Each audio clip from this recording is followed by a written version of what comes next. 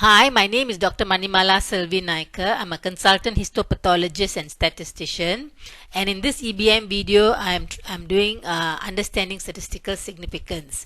Now, with specific reference to the Ivermectin study. Now, I don't normally comment on studies before they have been fully published, but I'm given to understand that there is another Ivermectin study being planned. So I thought that it'll be useful to go through this topic while that study is still underway. Now, like uh, all branches of scientific study, maths has got lots of terminology and symbol confusion in it, right? So what I'm going to do is both define and explain the concept. Now, if anyone doesn't agree with me, then please let me know, so I'll make the changes, or at least I'll put up your comment prominently displayed. Yeah. Now, there's more than one type of statistics. You have the frequentist statistics and you have the Bayesian statistics. Now, in medicine, we tend to usually use frequentist statistics. Now, this is a book that anyone who wants to do clinical research needs to be familiar with. This is a WHO publication, and it is written by very prominent statisticians, Lemmy Shaw and Hosmer. It's titled The Adequacy of Sample Size in Health Studies, right? Now, what does it say? Basically, it says that if you want to use reliability indices, which are usually your confidence intervals and p-values, you need probability samples, right? So this whole book assumes that the sample is a probability sample. Now, why is that a problem for clinical medicine? In clinical medicine, we very seldom have the opportunity to use random sampling. Now, the public health physicians can sometimes do it, like if they are going to schools to look at obesity among Form 5 students. Yes, they can do a proper random sampling. But random sampling is very, very difficult to do and quite rare in clinical studies. So we must make the distinction between public health and clinical research. Now, when it comes to the type of sampling, as I said, we have two types of sampling. One is the probability sampling and the non-probability sampling. Now, the most random of the probability sampling is your simple random and stratified random sampling. Once you go into cluster sampling and systematic sampling, then you have some issue with the randomness. Okay, non-probability sampling is what most of your clinical studies are. Now, when it comes to population, the term population, there's a huge amount of confusion out there, right? Now, there is actually at least two kinds of population. One is a statistical population. In order to be considered a statistical population meant for random sampling, you need to have a sampling frame. For example, if you want to check obesity among Form 5 students, the Guru Besar will give you the list of Form 5 students. So, number 1 will be Azmi, number 50 will be Manimala, number 100 is Zong. Okay, so you have got a sampling frame there, an accurate frame, and you can sample from that. Now, when you talk about epidemiological population, the kind that let's say the chief statistician's office will put out, like the number of Malaysians with obesity or the number of Malaysians with diabetes. Now, this has got no proper sampling frame. Why? Because we have citizens, 30 million, right? Now, we may know exactly how many citizens we have, but then again, we might not know because not every single birth is reported to the NRD.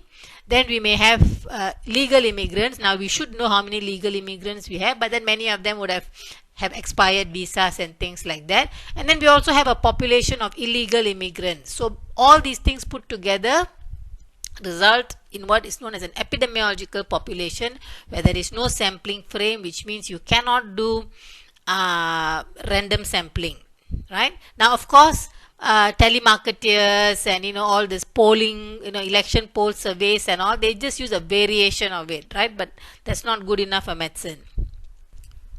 So, what exactly is a random sample? Now, again, there's a lot of doctors think that their studies contain random samples and hence they go on to do confidence intervals and p-values.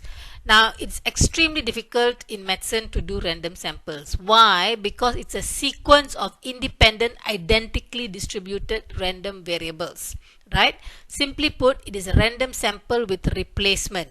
For example, let's say I want to do an IBM study. Now, first of all, let me say I approach Mr. Zong to be part of the study. He can say no, right? So straight away then your sample becomes a non-random sample because people are able to select themselves out. Number two, even if he agrees to be in the study, right? Now the moment I take him out, the parameters of the distribution will change. The mean of 5 and a standard deviation of 10 may now become 4.5 and 9. So the next person I sample will not come from the same distribution as the first person I sampled. Okay, so that is why you need random sampling with replacement in order to fulfill the IID criteria. Now that happens very rarely in clinical medicine. Even your so-called randomized control trial, the randomness is only to the distribution, either to the Ivermectin arm or to the control arm. It is not a random sampling from the larger population of, let's say, 500 participants, right? Because once you send them to the IVM arm, you can't send them back to the population to be resampled. So why is this concept of random sampling so important? It is because your sample size depends on it. Calculation of your sample size depends on it. For you to be able to interpret confidence intervals and p-values also depends on an underlying random sample. So that is why for most clinical studies you cannot calculate the sample size upfront. You cannot interpret the confidence intervals and you cannot interpret the p-values simply because they are not random samples. Now this is a very familiar chart to whoever does statistics, or whoever has gone for a statistical course or something like that, and this is a chart which is very often misinterpreted. Now firstly, confidence interval is not the same as confidence level. Okay, confidence interval is calculated from your sample, whereas confidence level is something you set up front. Significance level or the alpha is not the same as p-value, because significance level is something that you set up front, whereas your p-value is something that is calculated from your sample, right? So those two things have to be very clear in our mind before we can proceed to interpret confidence intervals and p-values, if at all we can interpret them, because we need a random sample first. Now you can see that when you do a sample size calculation, the Z, okay, Z alpha and Z beta are the parameters that you set for your alpha and beta error. What are you willing to accept for your alpha and beta error? Now these kind of things are usually only possible in industry, right? They are not possible for clinical studies, because industry, they do random sampling on a daily basis. For every 10,000 production of light bulbs, they will randomly sample to check for defects, and this goes on every day, whereas in clinical studies we do not do this kind of sampling. Now coming to the heart of the matter, right? Now interpretation of confidence interval. Now for this and for p-values, I've chosen Cochrane as my reference, because we are all familiar with Cochrane collaboration. Now, the first thing to understand about interpretation of confidence intervals is, one, it is a hypothetical notion. Okay, it is not real. It's a hypothetical notion, provided you can do an infinite number of studies, right? So the same IBM study has to be repeated an infinite number of times from the same population, and if you generate an infinite number of confidence intervals, 95% of that will contain the true value of IVM and 5% will not contain the true value of IBM. Right? Now the problem is we have no way of knowing if any one of that which of the infinite number of samples is the one which contains the true value and which one does not contain the true value. We know that 95 will contain the true value and 5% won't contain the true value. But we do not know for any one sample whether it belongs to the 95 group or to the 5% group. So essentially, interpreting confidence intervals, it has got no clinical significance to it. Okay, it has got the statistical significance is not the same as clinical significance because you can be completely wrong with your statistical significance. Now, this is a pictorial depiction of it. Now, supposing that we had a population and we were able to do an infinite number of IBM studies from the same population, right? Now, and we generate an infinite number of confidence intervals, we will find that 95, if we set the confidence level at 95, we will find that 95 of those confidence interval do contain the true value of IBM and 5% will not contain it, but we can't say which is which, right? So this is basically what is known as a long run probability and cannot interpret it for any single study. Now, if you look at the calculation for confidence interval, this is a simple one for which I have taken. It depends on the sample size. So, if the investigator wants to interpret a confidence interval, then it is an investigator error for not increasing sample size.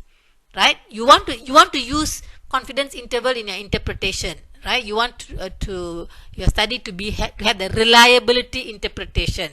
Then it is up to the investigator to increase the sample size. So it is not the fault of IBM if there is no statistical significance. Right, it is the fault of the investigator for not increasing the sample size. Now, if there is no clinical significance, then that is the fault of IBM. Right. Now, again, the interpretation of p-value. I've taken this from Cochrane collaboration again. Now, the level that we normally set, 0.05, is an arbitrary one. Now, why do we set that? Why does FDA set that for pharmaceutical industries? Because pharma is an industry. So, if you say p-value of 0.05 for the light bulb industry, then you must also set the same thing for the pharma industry because they are both consumer products, right? But I don't think certain industries like the aviation industries will be willing to set such a low bar. They'll probably want a confidence p-value of 0.00001 or something like that, right? And again, we see that if you want statistical significance in your p-value, then you simply have to increase the sample size. Now let's look at the calculation for p-value here. Now p-value is actually area under the curve. So what you're going to get of a standard normal distribution. So what you need to calculate from your study is the z-test or the z-value. Now again, you can see that it contains the sample size. So basically, if you want statistical significance, if that is important, that reliability criteria is important for you, then you should just have increase the sample size, right? If you want to interpret, that means you know that whether you find a small effect, small clinical significance for IBM or large clinical significance for IBM doesn't matter. The result that you have found is statistically reliable. So that's what it means. So it is an investigator error for not increasing the sample size if they are planning to interpret the statistical significance. Now, the other mistake that is commonly made is that to treat p-value and type 1 or alpha error as synonymous. Now, this write-up explains why it is not synonymous, and I will give you an example using the calculations. Now, let's look at the calculations for alpha error and the p-value, right? Now alpha error corresponds to confidence level. So if you set a confidence level of 95%, that means your alpha error is automatically 5%. Now the p-value corresponds to confidence interval. If your p-value is statistically significant, then your confidence interval will also be statistically significant, right? So there are two different things, though one is set. The alpha error and confidence level is preset by the investigator, whereas the p-value and confidence interval is calculated from the sample after the study. Now let's look at both the calculations. Now if you look at the sample size, both calculations have a sample size, right? N. Now if you look at the standardized effect size, the N is in orange, right? Now if you look at the standardized effect size in blue circle, both have got a standardized effect size there. Now when you look at the critical value or error parameter, the Z parameter, you find that in sample size calculation, you break it up into alpha and beta error. Whereas the Z test critical error, which calculates your p-value, does not break it up into alpha and beta error. Now, there is a relationship between the alpha and beta error. That means if you increase your alpha error, you can reduce your beta error and vice versa. So, trying to calculate alpha and beta error after the study has been done is a bit of a juggle, okay, because you have to know the alpha error and the beta error, right? Because otherwise you will just get one single value, which is your Z. But normally they have got some pre-specified calculations for it, so we tend to use that. Now when it comes to the ITEC IVM study, now there are certain things about the study I'm not too happy with. Okay, now we know that this is not a random sample, so how can you place so much of importance on reliability indices like confidence interval and p-values when the WHO textbook clearly says that if you want to use confidence intervals and probability values which are based on probability theory, you need a random sample. I'm not saying it, okay? WHO textbook says it. Now the second thing is, if you want to interpret statistical significance, right? Now according to Cochrane collaboration, you just need to increase the sample size to make something statistically significant.